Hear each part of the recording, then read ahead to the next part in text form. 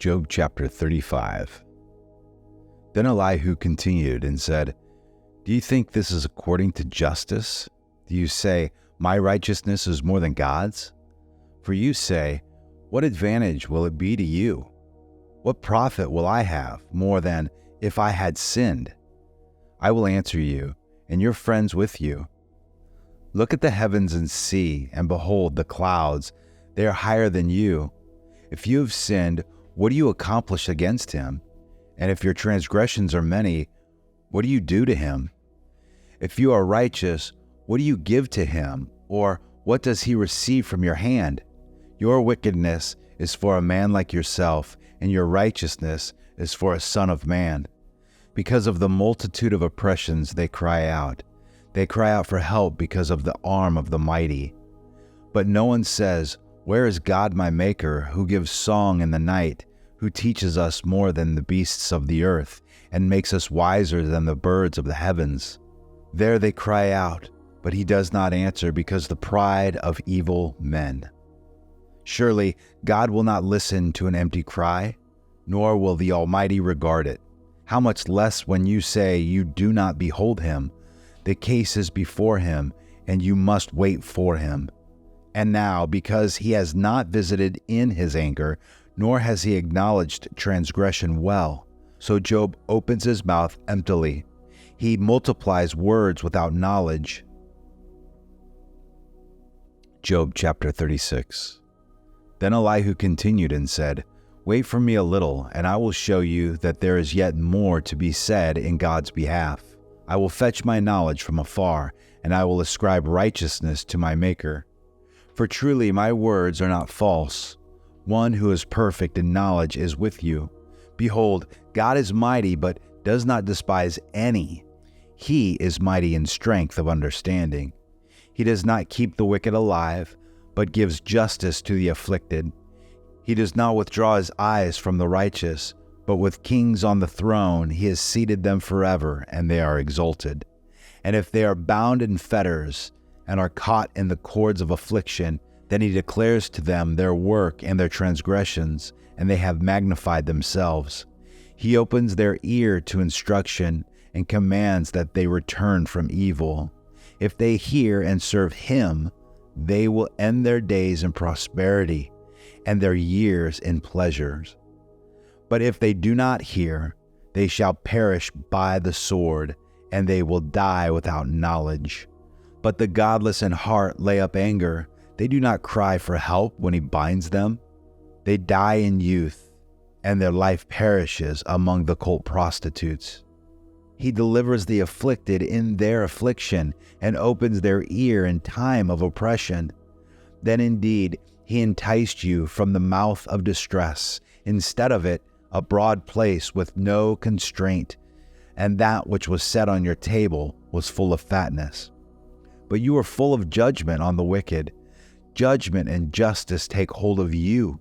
Beware that wrath does not entice you to scoffing, and do not let the greatness of the ransom turn you aside. Will your riches keep you from distress, or will the forces of your strength? Do not long for the night when people vanish in their place. Be careful, do not turn to evil, for you have preferred this to affliction. Behold, God is exalted in his power.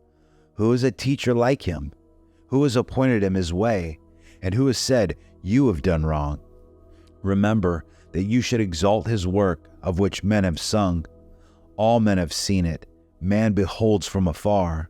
Behold, God is exalted, and we do not know him.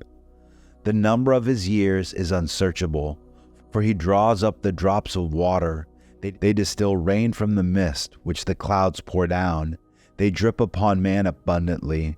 Can anyone understand the spreading of the clouds, the thundering of his pavilion? Behold, he spreads his lightning about him, and he covers the depths of the sea. For by these he judges peoples, and gives food in abundance. He covers his hands with the lightning, and commands it to strike the mark. Its noise declares his presence, the cattle also concerning what is coming up. Job chapter 37. At this also my heart trembles and leaps from its place. Listen closely to the thunder of his voice and the rumbling that goes out from his mouth. Under the whole heaven he lets it loose, and his lightning to the ends of the earth. After it, a voice roars. He thunders with his majestic voice, and he does not restrain the lightnings when his voice is heard. God thunders with his voice wondrously, doing great things which we cannot comprehend. For to the snow he says, "Fall on the earth," and to the downpour and the rain, "Be strong." He seals the hand of every man, that all men may know his work. Then the beast goes into its lair and remains in its den. Out of the south comes the storm, and out of the north the cold. From the breath of God ice is made, and the expanse of the waters is frozen. Also with moisture he loads the thick cloud. He disperses the cloud of his lightning. It changes direction, turning around by his guidance, that it may do whatever he commands it on the face of the inhabited earth. Whether for correction or for his word, or for loving kindness, he causes it to happen. Listen to this, O Job. Stand and consider the wonders of God. Do you know how God establishes them and makes the lightning of his cloud to shine?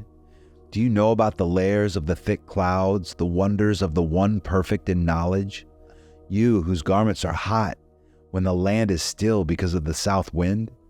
Can you with him spread out the skies, strong as molten mirror?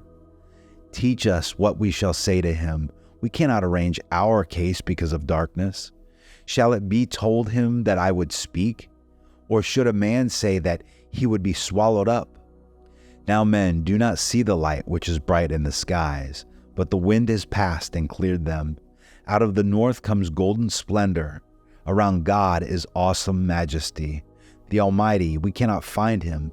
He is exalted in power, and he will not do violence to justice and abundant righteousness. Therefore men fear him. He does not regard any who are wise at heart.